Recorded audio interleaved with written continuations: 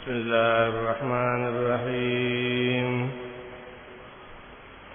الف لام میم ذلك الكتاب لا ريب فيه هدى للمتقين.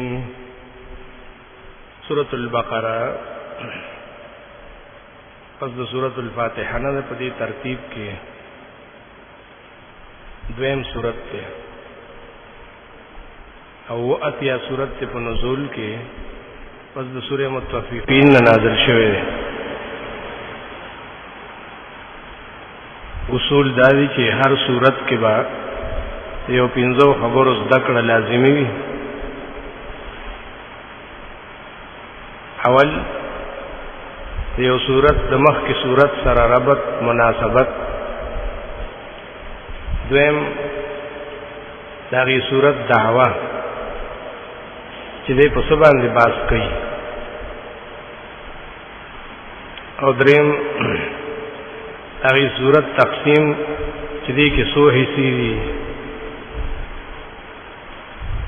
او څلورم داغي سورت خلاصہ مختصر مطلب په لږو الفاظو کې، او پنځم داغي امتیاز دا سورت د نورو سورتونو په کوم خبرو باندې ممتاز ده.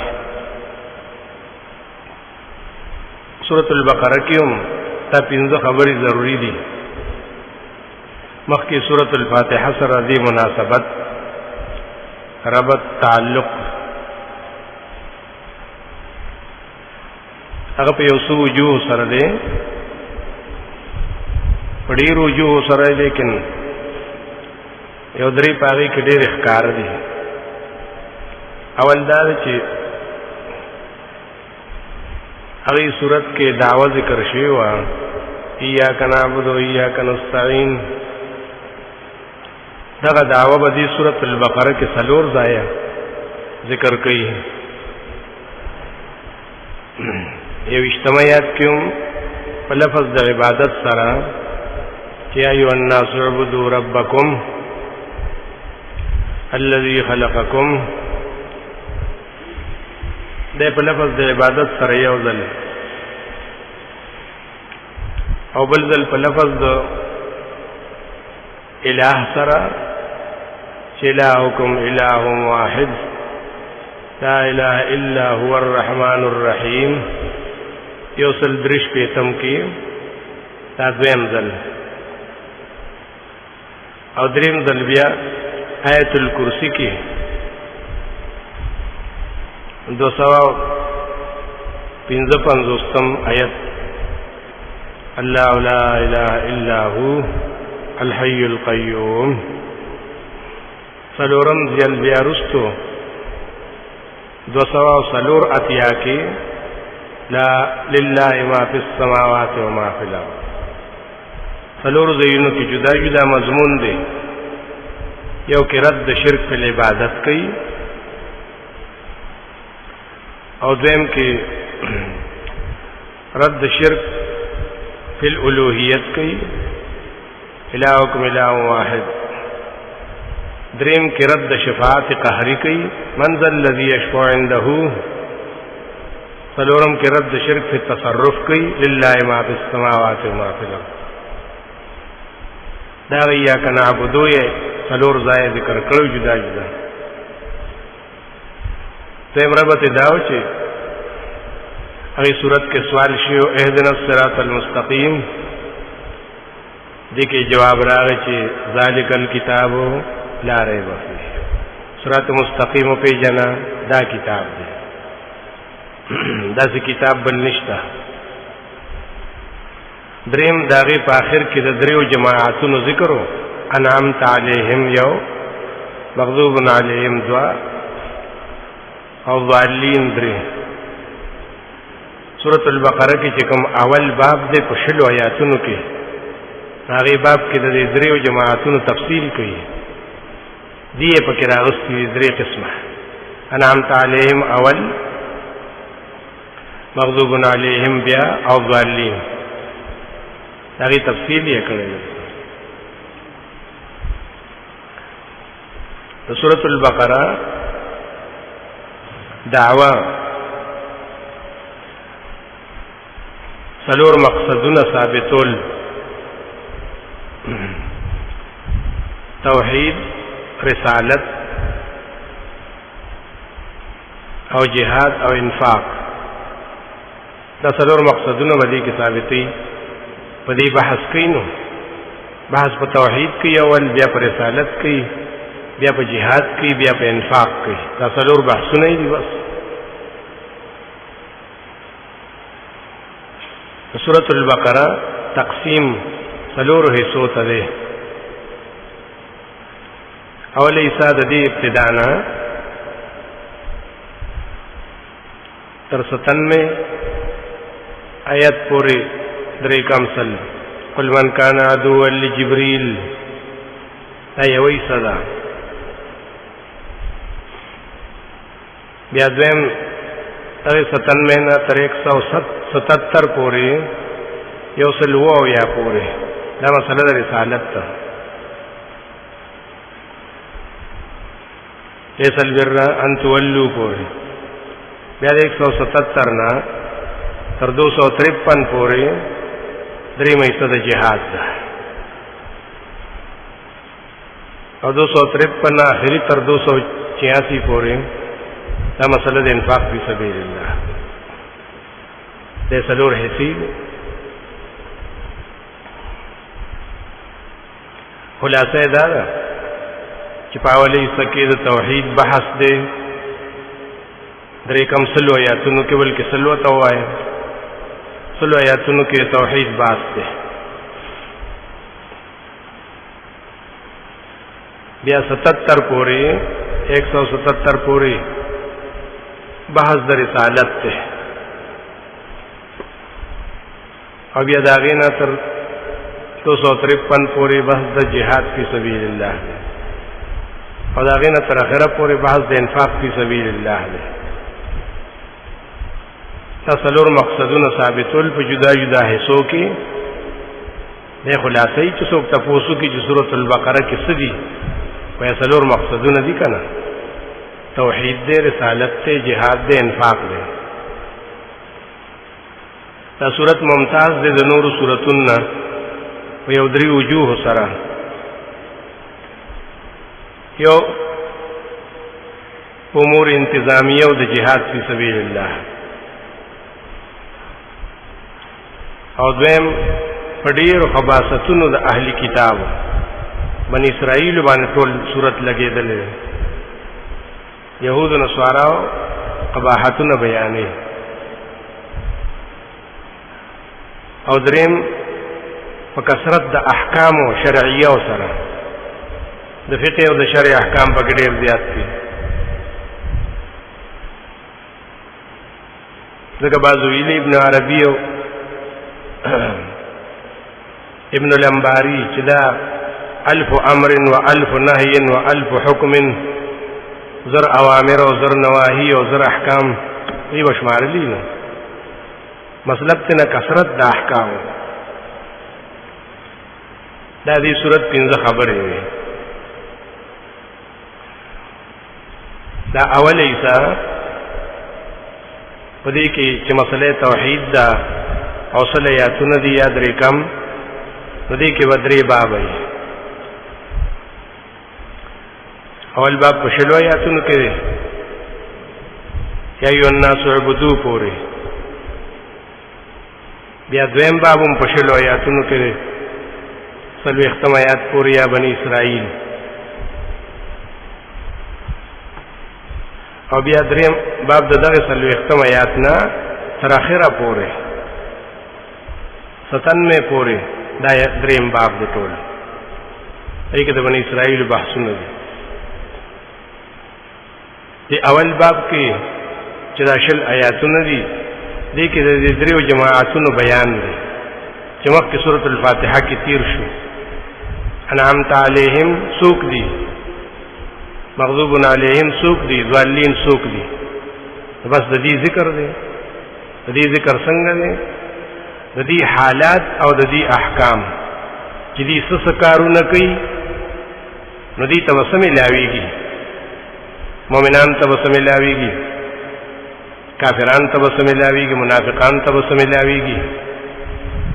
د بحث مجموعه د دې احوال او د دې احکام. دا اول جماعت چې دې 5 آیاتونو کې ذکر دی، دا د انعمت علیهم جماعت ته چې مخکې ویلو. دلته ته قرآن تعبیر کوي په متقین سره، نو مې ولا بدل کړ، دا متقین دي. د دې 5 صفاتونه او د دې حکم په دنیا او په آخرت کې، بس دا دې بحث دی. 5 صفاتونه او حکم په دنیا کې څه دی، حکم په آخرت کې څه دی. اول صفت یې دا ده چې یؤمنون بالغیب، ایمان راوړي خو ګوره به دې کې لیدلې سن دي ګوره ایمان راوړي. دویم صفت یقیمون الصلاة، دریم صفت ومما رزقناهم ينفقون، څلورم پټولو کتابونو والذین یؤمنون بما انزل الیک وما انزل من قبلک، او پنځم وبالآخرة هم یوقنون. دې 5 صفاتونه دي. اوس د دې عاقبت څه دی، انجام دا دی چې اولئک علی هدی من ربهم، دنیا کې په هدایت دي. اولئک هم المفلحون، آخرت کې کامیاب دي. بس دار دی باسو ختم شو. یا به د کافرانو ذکر کوي، هغه یو 3 خبرې: کفر او تسویه برابر والے چې دي ترسو يرول او نه يرول برابر دي. او لا یؤمنون، حکم دنیا کې څه دی، ختم الله. حکم آخرت کې څه دی، عذاب عظیم. مداري خبر اخلاص شو. منافقانو باس ډیرو ګد دي. بسم الله الرحمن الرحیم. الف لام میم. الله پویږي په مطلب د دې حروفو. څومره سوراتونو کې چې اول کې راځي الف لام میم، الف لام را، الف لام میم صاد، دیتا اسماء مقطعات وي. نمونه دي خو کټکړي دي، ځکه موږ ته نوم روغ اخلو چې الف او هغه د یو خط ته، لام ته نوم روغ اخلو او روغ نه دی، اسې خپوک د کړی ده، لام خو نشته.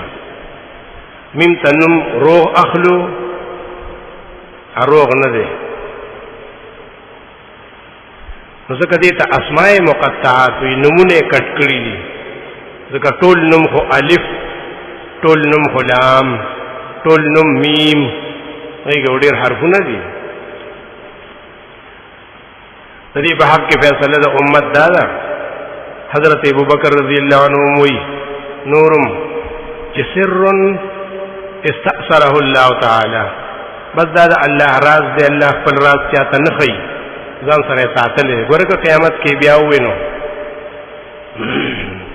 بعضوي د دې معنا باندې جنت کې الله رب العزت په خپله ښیي چې ورګه د دې معنا هم نه زده کړې، درس هم کړی و چې زه یې ته وښیم، هېڅوک پرې نه پوهېږي. آل عمران کې ویلي وما یعلم تاویله الا الله، صرف الله پوهېږي. دا علما څه کوي چې دې پرې نه پوهېږي. والراسخون فی العلم یقولون آمنا به، هغې وي بس مونږ په ایمان راوړلی و، نور څه ویلی نه شو، نو غږ نه شو کولی. آمنا به کل من عند ربنا، دا به وایو چې دا د الله کلام دی، حق دی، او چې د هغه څه مطلب دی نو په هغې زمونږ یقین او ایمان دی، دغه به وایو. که دا تاسو اورئ چې خلق ابن عباس صاحب داسې ووی، ضحاک داسې ووی، په دغه معنا نه ده، دا خو هغې اشارې کړي دي چې کېدی شي، کېدی شي، نو کېدی شي خو معنا نه وي که نه، دا خو ظني خبرې دي. چې ابن عباس ویلو چې الف نه مراد اللهی، لام نه مراد جبريلي، ادمیم نه محمدي. مطلب به څه؟ مطلب دی چې الله د جبريل علیہ السلام په ذریعہ او محمد رسول الله صلی الله علیه وسلم باندې نازل کړو ذالک الکتاب. دا وایي هغه سي اشاره کړې چې ګوره کدا سي هو که چېرې دا سي نو بیا هلته قیامت کې خوشحالېږي، دلته نه. دلته خو هغه سي د غیب خبره وکړه نو یوې ضحاک ویلي چې الف اوله لام لازم او میم مؤمن. اول لازم په مؤمن باندې څه دي؟ نو ته د ضحاک معنا یادې عمل پې نه کوي. دا خو هغه تا ته ویلي چې اول لازم په مؤمن باندې ذالک الکتاب، دا عربي کتاب دی. دا نو دې ته اشارات وي. ها علماء په دې کې دا اقوال خلیل او سیبوی وی چې بس دا د سورتونو نمونه دي. دې سورت الف لام میم بقره وی کړه، دا غي دا مطلب دی. حضرت علی وی دا د الله نمونه دي، دا غدا قول دی. ځکه ویل چې بدوا سوال کو د الله نوې به چیا یا کاف ها یا عین صاد یا حمیم عین سین قاف، او دا د الله صفاتونه په دې به موږ سوال کو. ولله الاسماء الحسنى فادعوه بها. سعید بن جبیر وینا دا د الله د صفاتونه یو حرف راغسته دي. کله الله صفات اول هغه نه حمزه راغسته دي. دغه ته الله نو لام تر راغسته دي. مجید مجیب نو میمیت نه راغسته. دا هغه قول دی. دغه سی بازی وی سودی قلبی حضرت قتاده چې دا د قرآن نمونه دي. او مبرد وی نه بس دا خو الله کافرانو ته حد یې خره چې تاسو وایئ چې دا قرآن د پیغمبر د ځان نه جوړ کړی دی، نو تاسو جوړ کړئ څه الف لام میم داسې جوړ کړئ تاسو. او قاف نون دا جوړ کړئ، یو حرف نشي جوړولی او وایئ چې دی د ځان نه جوړ کړی دی.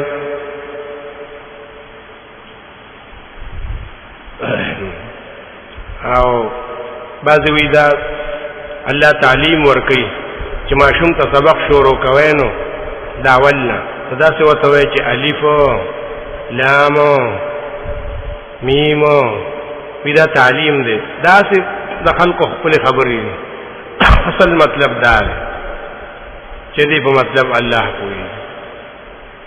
ذالک الکتاب لا ریب فیه، هغه کتاب ولذالک عربی کې اشاره ډیر بعید تکیږي. ذالک هغه چې دومره لري چې اړو په نظر ناراضي. وګوره دا سورت چې نازلې ده نو دا و اتیا ده کنه، نور لا نو نازل شوی. قرآن خو 114 نور لا نو نازل شوی او کتاب یې وته وي نیمګړی دی او کتاب یې وته وي. د دې څه مطلب دی؟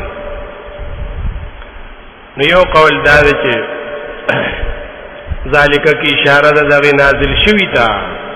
دغه یادې کنده چې کوم 87 یا سورتون نازل شوی دي نو ذالک هغه شته کنه، بس هغه ته اشاره کیږي. یو آیت تم کتاب او قرآن وی ښا، یو آیت تم قرآن ویل شي. پیریانو ساوري دلیو خو چرته یو سورت اورېدلو یا سورت رحمان یو قول دار او یا سورت علق دغه اورېدلو. او غیوی انا سمعنا قرآنا عجبا، مونږ ټول قرآن واورېد. ټول دې کوم ځای اورېدلې؟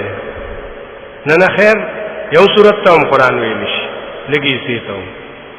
یا اعراف کې راځي و اذا قرئ القرآن فاستمعوا. نو څه مطلب چې ټول قرآن لوستې شي نو غوږ ورته کېږي؟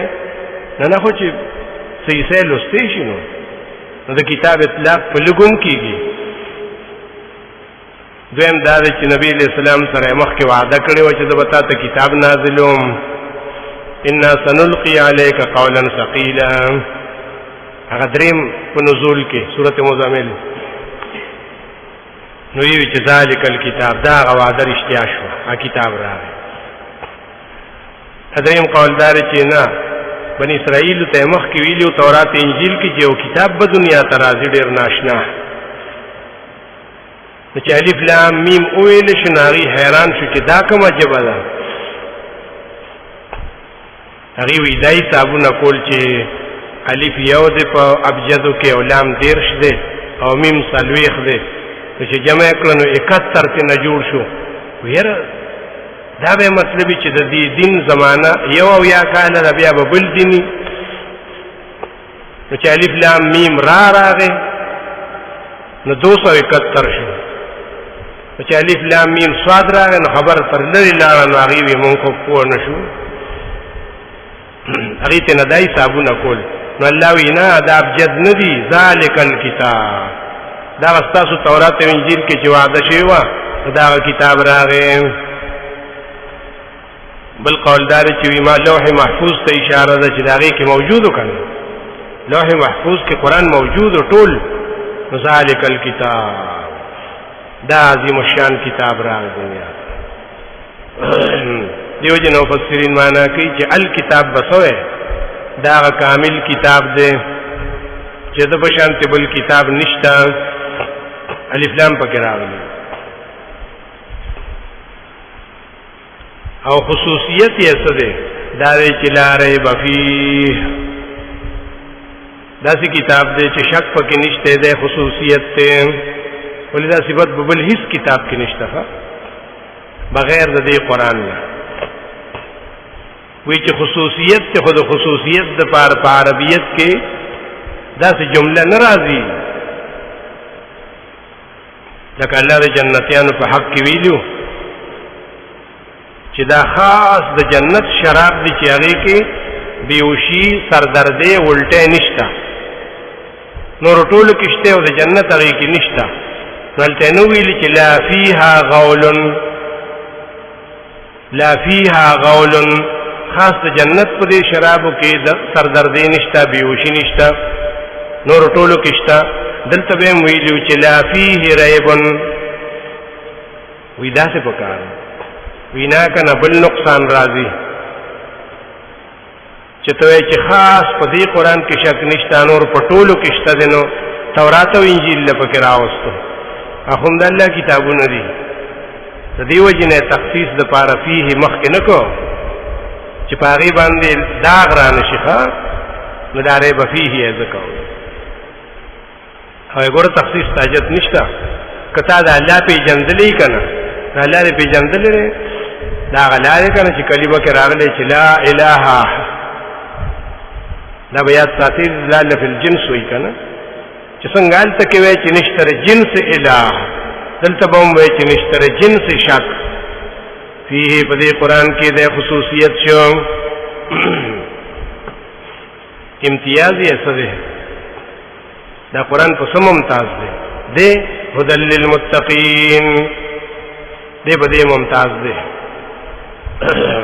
چې دا رهنمایي ده. ګوره کومه صیغه یې مستعمل کړې، اسم فاعل یې نه دی راوړی چې هادي دی دپاره د متقیانو، بلکې هدن یې ویلې د ډېرې مبالغې د وجې نه چې دا عین هدایت دی، بس دا عین هدایت دی او رهنمایي ده دپاره د متقیانو. هدى للمتقین، دی باندې دا اشکالو چې متقین خاصی متقین دي، پکار دا و چې د هدایت د هر چا دپاره وی که نه. متقین خو د نر دامن دي ځان کامیاب کړی دی، هغې خو ناس دی په اوچت مقام باندې، دا خو د ټولې دنیا دپاره هدایت پکارو. او دلته للمتقین وی نه د ټولې دنیا دپاره دی، هدى للناس دی، خو متقین یې ځکه ذکر کړو چې فایده تی دی واغسته نو چې څوک پیدا واخلي نو هغه خلق یادول شي کنه، نور خو نشي یادول. لکه باران شي کنه نو خلق وی کنه ویره دا باران د فصل لپاره ډیر ښه شو، دا ور یوازې د فصل لپاره شو، دیګه خو ډیر فائدې نور هم کنه. نه نه لکه ډیره ترقی او ډیر خیر یې فصل ته ورسېدو، نو ځکه هغه د دینو مخلي کنه کله ویره ګرمي په لری شو، نو دا خو چې کومه پیدا خلکو ته معلومه وي نو هغه یادې کنه. نو قرآن هدایت د ټولي دنیا دی، لیکن خیر او برکت یې متقین ته ورسید. دیو جن الله وی هدل للمتقین، بس دا شول ک چې دیله نازل شوی ښا دیو جن خلقو قرآن چا پوری خاص کړی کنه، ځان ته هم نسبت نه کوي، وی دا دی قرآن دی ښا، ځکه هغه په مهنت کې مشقت کوي. نو متقین سوق دي هغه چې تقوایی پکې، تقوا څه ته ویل شي؟ نبی علیہ السلام وی لا يبلغ احد درجة التقوى حتى يدع مما لا بأس فيه لما فيه بأس. نشر سيدي او سړی د تقوا مقام ته ترسو پوری چې داسې کار پریدي چې هغه کې څه ګناه نه وي، څه غلطي پکې نه وي، خو د دې وجې نه پریدي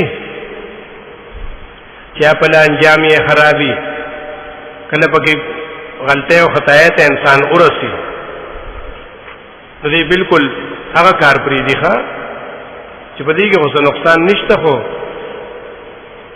دې سره چې کوم تعلق ساتي هغه کې نقصان دی، نه دامه عمر پسې پرې خودو مما فی بأس. دا تقوا مقام دی. تقوا کله ایمان ته وایي، لکه سورہ حجرات کې راځي والزمهم کلمۃ التقوا، دې صحابه سره الله کلمه تقوا لازم کړی ده. کله تقوا توحید ته وایي، ولو انهم قاموا التوراة ولو انهم آمنوا واتقوا لكفرنا عنهم سيئاتهم ولادخلناهم جنات النعيم. ایمان او توحید یو شی. متقین یہ موضوع کړه چې دا قرآن هدایت ته راهنمایي د پاره د متقینانو. اوس دا وی پنځه صفاتونه ذکر کړي.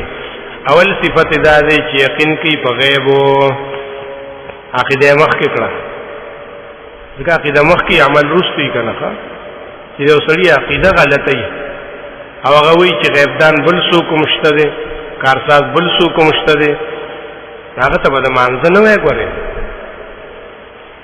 هغه ته به د عمل نه وای، هغه ته مخ کې د عقیده خبره کوي چې تعالی عقیده صحیح کا، اعتماد په الله پیدا کا، نو بیا جامع بدل کر اعظم انزلا.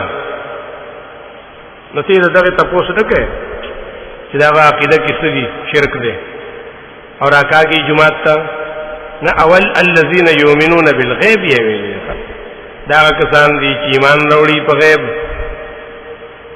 د غیب یو معنا دا ده هغه اشیاء چې زمونږ د نظر نه پناه دي. څه خدا سي دي چې د نظر نه پناه دي، خو موږ له په دلیل شته، لکه الله شو، انبیا شو، ملائک شو. کوین لیدل نه دي، لیکن دلیل شته کنه قرآن کې ویلي دي. دویم قسم هغه دي چې پاغي موږ له دلیل هم نشته دي. هغه پنځه د سورته لقمان په اخر کې چې راغلی و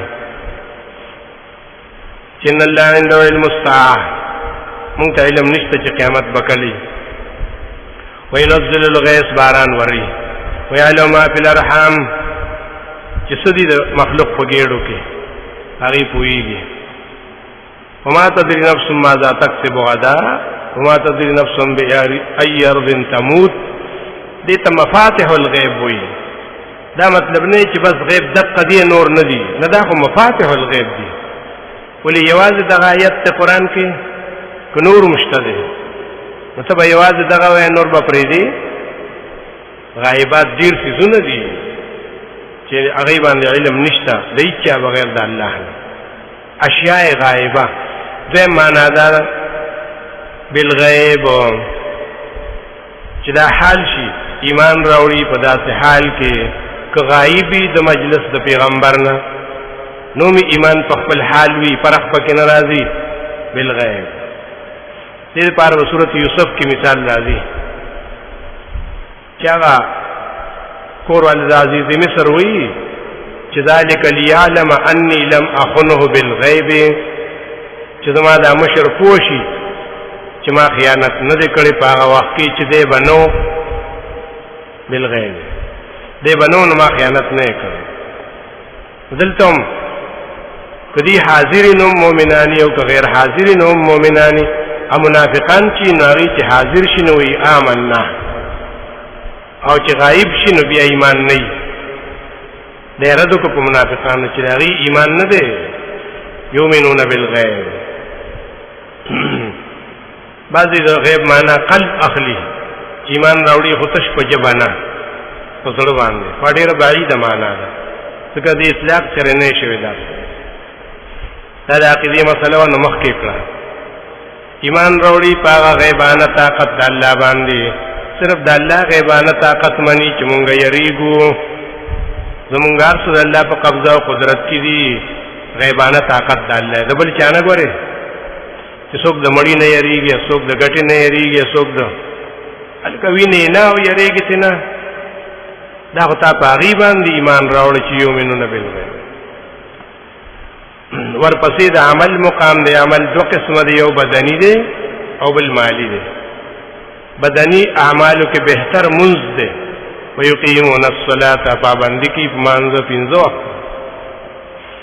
سره د ټول شروط او د آدابونه ومما رزقناهم ينفقون مالی عبادت مما بعضی داغی مالنا اللہ وی چمون ورکڑے دینا ينفقون خرچ کئیے ور ينفقون یا رستووے امخ کے ددی یقین پیدا کو چونے یریگی کمال خرج کول ډیر ګران کار نو یوې خو تداوی چې بند ټول د نه غواړم لګونتی ومن تبعیزی دي او مې عام کو چې کار څنګه یې ها چې ستاسو وسه کیږي نو او رزقناهم یذکوي چې ګوره ما درکړې د استعمال نه دي دا خو ما مال دې نه په پردي مال کله کېږي نو ينفقون یا په اخر کې وي چې دی ونی یریږي لږ دنه غواړم کمرات نه زکات شینه ډیر لږ دی په 200 کې 50 روپۍ دي په دې وته ستړي شي کنوري نو هغه کې الله رب العزت صحت نه مقرر کړو چې ستاسو وسنه سکیږي نو بعضې د هغې مال نه چې مونږ ول ورکړی دی ينفقون خرج کوي د الله په لار کې څلورم صفت والذین یؤمنون بما انزل الیک وما انزل من قبلک دی باندې اشکالو چې ده خو تکرار ونته وکړو ولی یؤمنون بالغیب کې دا ټول سره راغلیو کنه چې ایمان دې په غیب راوړو نو په هغه غیبو کې د الله ذات او د پیغمبرانو د ملائکو د آسماني کتابونو ټول پکې راغلي کنه نو بیا ولې وی چې یؤمنون بما انزل الیک دې خو هغه مشهور جواب دی چې دا د اهمیت لپاره د اهمیت لپاره ټیک دا قرآن کې راځي کنه کله سورۃ الرحمن کې ویلو فیهما فاکهۃ فذی جنتون کې میوې شته نو بس هر څه پکې رااله ورپسې وی چې ونخل ورمان ولې دا پکې نو څه نه ده د اهمیت لپاره دغه سورہ بقره کې ویلو من کان عدوا لله وملائکته ټول پکې رااله کنه ورپسې وی او جبرئیل او میکائیل نو دا په ملائکته کې وکنه دا پکې خو دا ډېر اهمو مشرانو پیغمبرانو نو ځکه بیا ذکر کړو د اهمیت لپاره دا یؤمنون بالغیب کې هر سره راغلیو ولیکن ارسه کتابونو سره نه برابرېږي کنه آسمانی کتاب مانی هغه کسان چې ایمان راوړي هغه قرآن چې نازل کړي شتا تا حضرت شیخ بوي چې ګوره قرآن کې په پښتو ترجمه ګرانه ده ګوره دا رښتیا خبره ده ځکه موږ دا یو آیت یو شل ځله یو بنده ته وایو چې دا سوای چې هغه کسان چې ایمان راوړي هغه کتاب چې نازل کړي شوی دی تا ته کار څومره وته عقبه خپل خبره کوي کله به وایي هغه کسان چې ایمان راوړي هغه کتاب چې نازل شوی دی تا ته هغه کتاب چې نازل دی کله اخوا دی پاکي نه د لفظ معنا په خپل چې زدشي نو دا د قرآن زده کړه ده انزل چې نازل کړي شوی دی الیک آتا دا به سره خامخا په نازل کړي شوی کې او په نازل شوی کې به دې ډېر فرق کنه په خپل قرآن نه نازل شوی چې دا غځای نه راټوپ کړي خو چې نازل کړي دی کنه الله طرفنا وما انزل من قبلک او په هغه کتابونو چې نازل کړي شوی دي مخکستانه کاغه کتابونه دي تورات انجیل زبور کاغه صحیفې دي شکل صحیفو کاغه نور واحده چې انبیاء او تشوی ده نما انزل کې ټول راغله پنځم صفت دا ده چې بل اخرت هم یوقنون فرض د اخرت باندې هم یقین کوي دا پنځه صفاتونه شو حکم په دنیا کې دا ده چې اولئک علی هدى من ربهم اولئک کې به همیشه مونږ د آیات ساتو چې دینه مخ کې ستیر شوی ناغه به سره یادو کنه یرو بینا اولئک دا پنځو صفاتونه والا خلق علی هدى من ربهم دی په صحیح لار دی سره بعد خپل ربنا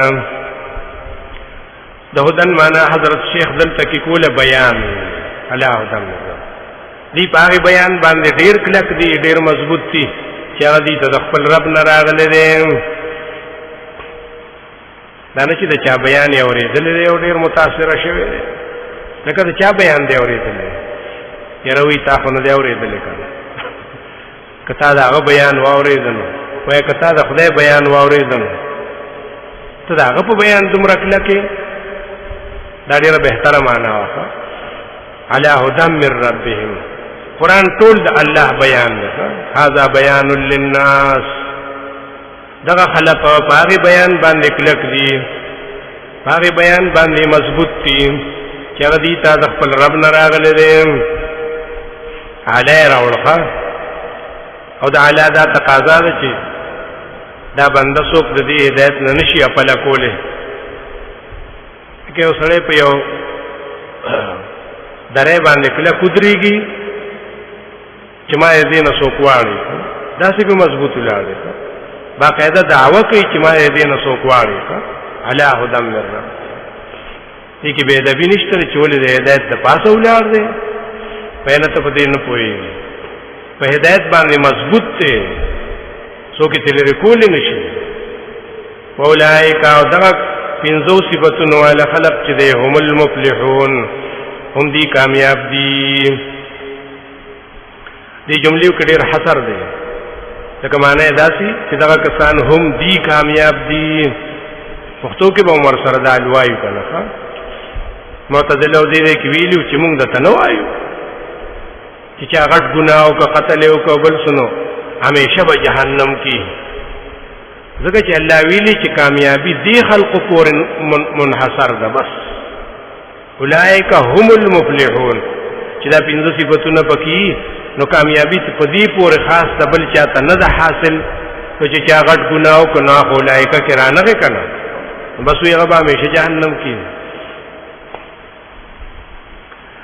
مفسرین دا غي جواب کوي چې لکه دلته کې د المفلحون نمرات کامل فلاح ده کامل دې ته نه ګوري چې الف لام پر راغلی کامل فلاح دې ته وی چې بے تکلیفه بے کړهوا بے ستړي اورسي جنت ته اړو کو نشي پزان دې ته کامل فلاح او یو هغه فلاح دې چې اورسي خو تکلیف وته اورسي او کړيږي او لړبشي جنت ته خو دا کړهو سره کنه وېدل ته دا ویلي ها چې کامل فلاح د دې خلقو لپاره ده دا نورو د پاره هم د خواږي کې کمال نشته. دا نه چې بس دا بحث د متقیانو 15 صفاتونه او دا غي حکم په دنیا کې او په آخرت کې. دویم بحث دی د کافرانو، دا غي مختصر ذکر کوي ځکه دا هغه خلکو چې دي ښکاره ویلو چې نه منو، نو بس دې سره بیا د بحث تاجت نو. ان الذين كفروا بشکا کسان چې کفر وکړ په سبان دي دغه 15 خبرو ته اشاره ای په دغه 15 خبرو باندې نه ایمان په غیب راوړي، نه د مانځه حکم مني، نه د زکات حکم مني، نه کتابونه، نه ورځ د آخرت، ټول لري کفرو. هغه 15 خبرو ته اشاره. د معنا دا چې د کفر خپل لغوي معنا شي چې پټوالی ته وایي. هغه کسان چې دا حق یې پټ کو چې دا مخکې بیان شو، ځکه مخکې مونږ ویلو د يهودو مغضوبون علیهم وکنه هغه حق پټ کړو کنه. دا براشي دې صورت کې ان الذين يكتمون ما انزل الله من الكتاب اولئک یلعنهم الله. دا وکنه چې حق پټ کړو عنادن. کفر ډیر قسمه دی، یو ته کفر جحودی ویل شي. کفر جحودی وایي چې په ځړ باندې خپوي کې په خپل باندې اقرار نه کوي، لکه د فرعون کفر. هغه پوي چې موسی عليه السلام په حق دی، د دین بالکل صحیح دی، هو جحدوا بها، اقرار یې نه کوي، انکار یې کوي په خپل باندې، واستې قنت انفسهم ازلونو یقین کړو. ډیر داسې دي. ښه ابو طالب هم دغه څه وکړ، دې د کفر جحودي وي. ښه او بل کفر عنادي، هغه ته وی چې اقرار یې هم کړی او په ځل کې هم منلی او هر څه شي ورستو په څه چلو شي، نو بس واوړي بنیتی جوړ کی ویره بس خو خلق او خبره واخو زما بي عزتي وکړنو نه صاحب عزتي وکړنو څه خبره ده. کفر عنادي د عناد د وجنه کما کې والا بعض چو انور اغي دی وای خې په جندو او اقرار هم کړو چې رښتینه دي اصل دي بس. او بل کفر نفاقي هغه دی پاکس باندې دي چې په خلی اقرار کوي چې او بالکل حق دی منو ارس دي سیدا اپزړه کې نه دي د کفر نفاقي وای کنه. دا ټول کفر دی ور دي کې ایمان یو نشته. نشګاوستان چې کفر وکړو سواء علیهم برابر خبره ده په دې باندې انذرتم کته یری دی لره ام لم تنذرهم کته نه یری دی لره لا یؤمنون دی ایمان راوړي. اے پیغمبر استا يرول او نه يرول په دې باندې برابر دي. هغه د ایمان نه راوړي بس دا دغه حکم سو خبرې ذکر کړی او کفر بل سواء او بل لا يؤمنون. هغه حکم په دنیا کې دار ختم الله علی قلوبهم الله مهر لګولې دي په زړونو باندې وعلى سمعهم دي په وګونو باندې وعلى ابصارهم غشاوتن دي په سترګو باندې پرده ده. ولهم عذاب عظیم دي د پاره عذاب ډیر لوی. یو حکم دنیا کې ختم الله او بل حکم آخرت کې ولهم عذاب عظیم. دواړه عذابونه دي خو دې یو ته عظیم وي ځکه هغه بدیوم پوښي چې لا ډیر لوی عذاب دی. دې بل ته عظیم نه وي خو دام داغه نه غره کم نه دی. الله مهر لګولې دي په زړونو باندې دي په وګونو باندې. مهر څه مطلب تدین تعبیر قرآن په ډیرو الفاظ سره دی صورت کې برازي نور کې کله وی تبع الله علی قلوبهم کله تن تعبیر په لعنت سره کوي لعنهم الله کله تعبیر پاکنتن سره کوي پردي دي کله په قاسیتن سره کوي چې زړونه تور شي وي. یو شی کله تعبیر تینا پران او پرین سره کوي کلا بل ران علی قلوبهم مطلب دا غیوی یعنی د زړونو نه هغه قوت ختم شوی دی چې باغی سره د حق فهم او کی حق معلوم کی دا مطلب دا نه چې رښتیال تکي غني په میز باندې سټیم پروت ته اجور راوی بغي ولا نه نه د زړونو نه ولا هغه فهم لري کینو د دینه تعبیر په ختمه سره کړی کوم زړونو کې چې دا اثر نه دا قابلیت نه دا فهم نه چې هغه د حق معرفت او پیژنګلیو کی نو دې ته ختم الله ویل شي انور زینو کې باندې اسباب ذکر کوي وسره یا تکذیب یا بما کسبوا د الفاظ برازي بل تبع الله علی بکفرهم دا چې دی کفر کړي دی مقابله کړي دی عینات کړي داغه پوج باندې فضل باندې مہر لګید نو حدیث کې مدقه سراغلی چې کله یو بنده ګناو کی نو دې اثر په ځړ باندې پریوزي غره په مخ نه مخه خو بالکل پاک ساکي الله خدا به عزت نه کوي کنه هغه اثر په ځړ پریوزي چې دې صفائی نه کوي توبه نو بس علاج نه کوي نو هغه ډیری نو ټول ځړ ولونی سي دا مطلب دې ګناونه کول توبه نه استا نو بس داغه نه پسړ باندې مہر جوړ شنو هغه ګناهونه چې دی هغه په مہر جوړ شو هغه د دې د خپل لاس نه شوی دی نو نسبت الله ځان ته ذکر کوي چې هر کار الله کوي نو بغیر داغه نه غوښه نشي کولی کوم مہر لګي کار سکی نو الله پیدا سکی همخ کې پوکړی چې ګوره دا کار مکوا کني ځړ باندې دی مہر لګي هلاکیږي او تباہ کیږي زهر مخره کني موت بدر باندې راشي دیو طویل نه دي نو چې هغه زهر خوري کنه نو ټوله دنیا نه لګیا الکه ولې مرشه دي زهر یو پاړو ها ولې مرشه وی تلې واچو نو دا تلی دا کارو کو الله کو نه الله کو خو سبب خدا دې کنه چې څنګه دغه سړی ته ګناهګارې کنه چې دا ګناه او کدا جرم او کنه ځکه هلاک شو دا کافر ولې نه ګناهګارې په دې باندې چې د شرک کو د کفر کو د الله سره دښمنی کوله نو ځکه په ځړ باندې مہر لگاو ولګېدو نه ته خو به ګناه کوي ته خو چې الله په مہر لگاو نه هغه جست څه ګناه دی چومې په مہر لگاو وتوي چې ګوري ایمان راوړه تابعداریو کا عبادت کوا مز کوا دا وی پاغه پورې ټوکې نه دي نو د پدې پويږي نه دې خدا مطلب نه چې اوس وته الله حکم نه کوي نه الله ته څه پابندي نشتا چې ګنې په چا باندې مہر لگاو نو بس وسیس نه کیږي ولې نه کیږي کې دې چې دې عمل سم کی پیمانه شي توبه وباسي الله رب العزت به تناغه مہر لري کی ولې هغه د قانون پابند خو نه دی کنه دا خو موږ د قانون پابند یو هغه خو يفعل ما يشاء تنه خبره حدیث ام المؤمنین وی چې نبی علیہ السلام با وريزلی دنو پریشان وو دنا بار ما به تاسو کو چولی څه حکم نازل شوی دی هغه به نه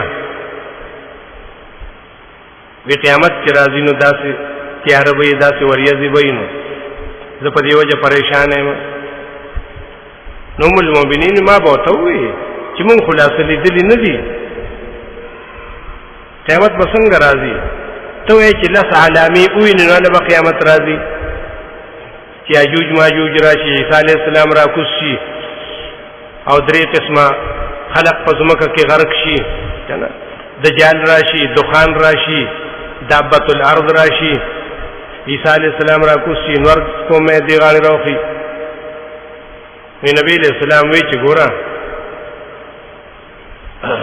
الله ته د دې خبرې پابندي نشته دغه دې نه راغلی او الله رسول نشته څه خبره نو ته ولي او سړی دومره نا امید کې چې بس تا په زړه مهر لګېدلې ستا امکان نشته د هدایت ولې نشته ځکه ته الله حکم کوي چې ایمان راوړه تابعداري وکړه الله به رحم وکړي د مرتد توبه معاف کیږي او دا به نه معاف کیږي قبليږي الله مهر لګولې دي په زړونو باندې دا مهر دا اثر دی چې په د باندې د حق خبره بدلږي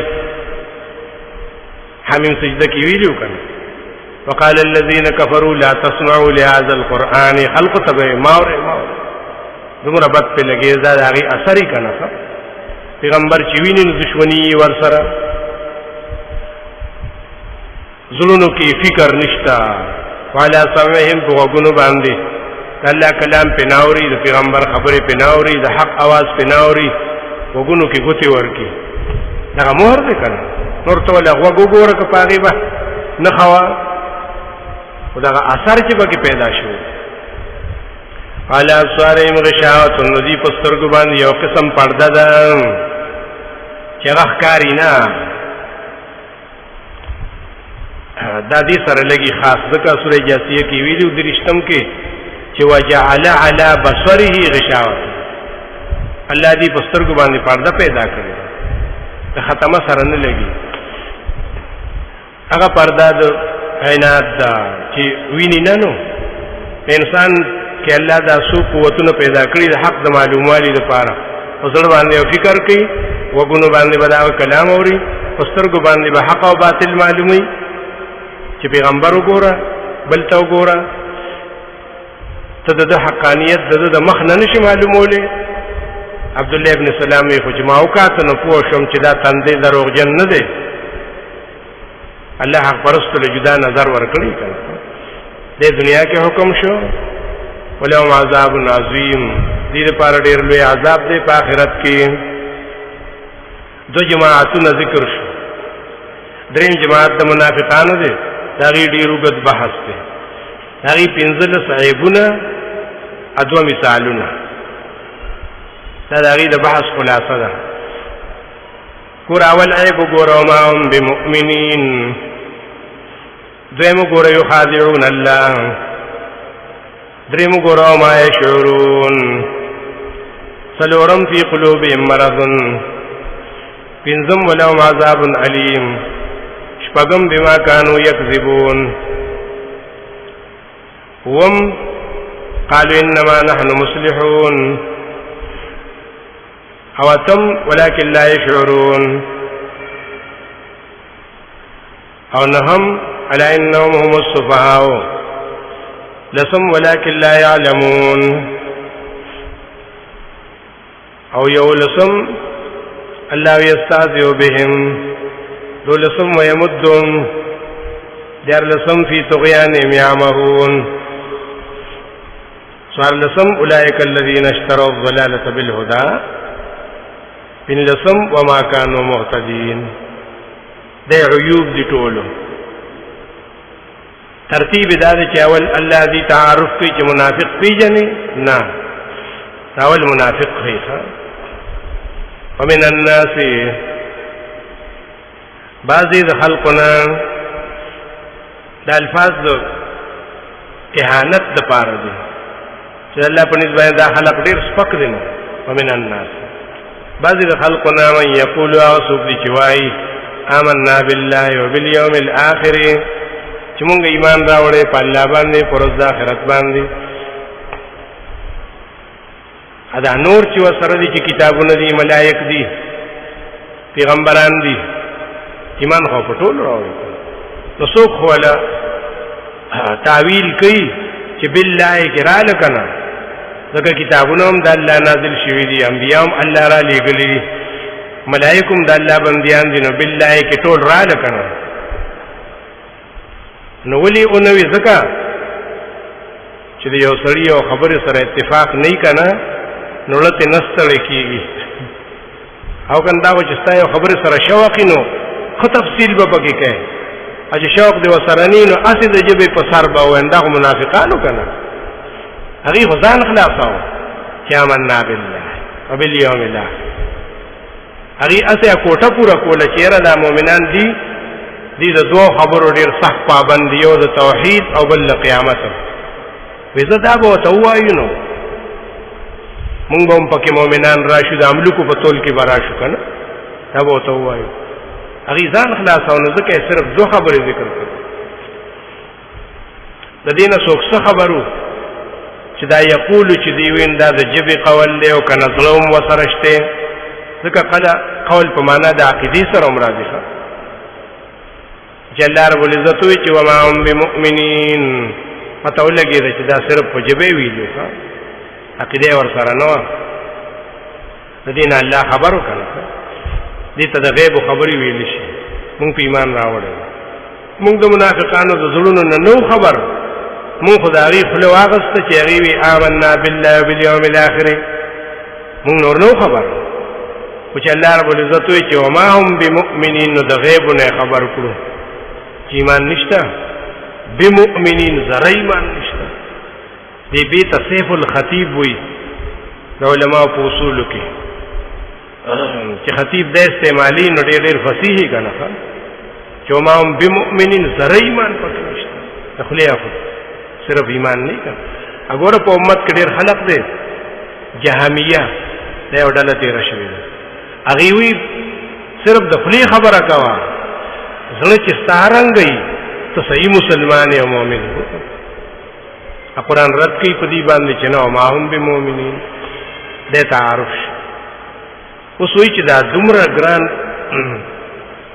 چې دې په خولې باندې وي په زړه کې نشته نو دې کې څه مطلب دی مطلب یې څه دی نو الله وایي مطلب یې دا دی چې یخادعون الله والذین آمنوا دا دې ټګي کوي الله سره په خپل خیال کې او مؤمنانو سره یو معنا ده فی زعمهم الله سره څوک ټګي کولی شي ولې خداع څه ته وایي ابن کثیر وایي خداع دې ته وایي چې اظهار الخير و اسرار الشر چې په خولې باندې د خیر خبرې کوي او زړه کې د شري خلق نه پوهېږي نو ډېر ښه سړی دی هلکو غلی شی وي حاجي صاحب خبرې کوي تاسو بې ادبو د مشر ادب نه کوئ دې څه خبرې چې حاجي صاحب څنګه دی که نه او الله رب العزت وایي چې دا دې ما سره ټګي کوي په خپل خیال کې نو هغه سره ټګي خو هله کېږي چې هغه هم د زړه نه نه وي خبر لکه مونږ چې نه یو خبر څنګه وي چې یخادعون الله دې ته ویلی شي نو ځکه یو جواب داو چې د دې خیال دا دی چې مونږ الله سره ټګي کوو کولی نه شي دویم داو چې یخادعون رسول الله دې د الله د پیغمبر سره ټګي کوي ادا معنا ډېره د کمال وایي لطافت ته پکې ښه اشیر جامع چې خلق وایي نو هغې کې کته لیکلي چې وفیه لطافت د طالب په هغې پسې ډېر زیات زور لګوي استاد نه بیا بیا تپوس کوي چې دا ولې لیکلي چې دې کې لطافت ته ما ته ووایه په هغې کې لطافت ګوري که نه په لطافت په قرآن کې دی دې کې لطافت دا دی چې دې نه معلومه شوه چې پیغمبر په غیب نه پوهېږي نو ځکه هغې ورسره ټګي کوي هغه ته خو د زړه حال نه دی معلوم که نه هغه د منافقانو د خولې خبره اوري د زړه نه دی خبر نو ټګي ورسره کېږي نو بیا داسې ولې نه وي چې یخادعون رسول الله داسې ځکه ونه وي ګوره سورت فتح کې نه دي راغلي لسم آیات کې چې ان الذین یبایعونک انما یبایعون الله اے پیغمبره تا سره چې چا لاس درکړل دا داسې شوه لکه ما چې لاس راکړي تا سره بیعت داسې دی لکه ما سره بیعت